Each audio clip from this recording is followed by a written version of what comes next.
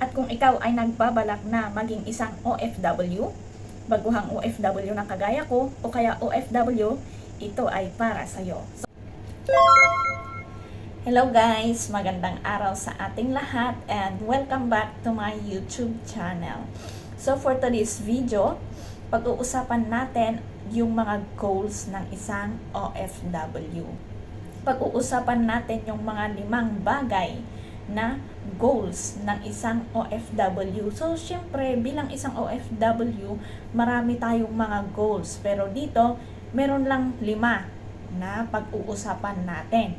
At ang una ay mag-ipon. So, bilang isang OFW, ito ang pinakamahalaga, yung mag-ipon ka. Kasi, hindi habang buhay na tayo ay malakas, hindi habang buhay na tayo ay nandito sa ibang bansa para magtrabaho. So, unang-una na goals natin ay yung mag-ipon. At ang pangalawa ay mag-budget. So, yung budget. Dito na pumapasok yung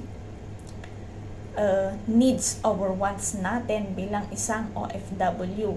Maraming mga bagay na gusto nating bilhin pero mas mahalaga pa rin yung needs natin. Para at the end of the day, at the end of the month, hindi tayo kawawa. Pero at least, meron tayong madudukot na pera. So, syempre, huwag tayong gasto ng gasto pag nakuha na natin yung sahod natin. Dapat mag-budget din tayo. Dapat tinitingnan natin kung ano yung mga nagasto natin para at least makikita natin yung mga needs natin at yung mga wants natin na hindi dapat unahin, di ba? Mas unahin natin yung mga needs natin.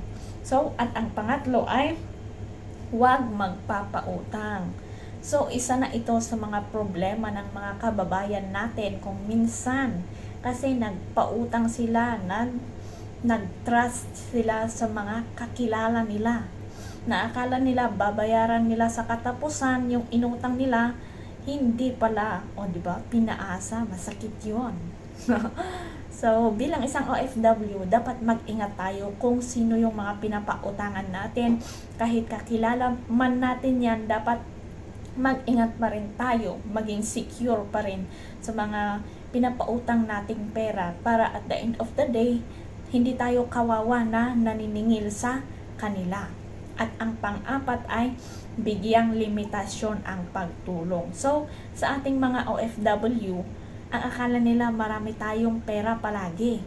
Kaya, ang ginagawa nila, hingi sila ng hingi ng tulong sa atin. Pero, hindi naman sa sinasabi ko na bawal ang tumulong. Pero, dapat limitado yung pagtulong natin para hindi sila umaasa sa atin palagi. Kaya, kung nag-ask sila ng tulong, o di okay, magbigay ka, pero syempre, limited pa rin yung pagtulong natin para hindi sila yung palaging umaasa sa atin. Ay, maraming pera yan, ganito, ganyan.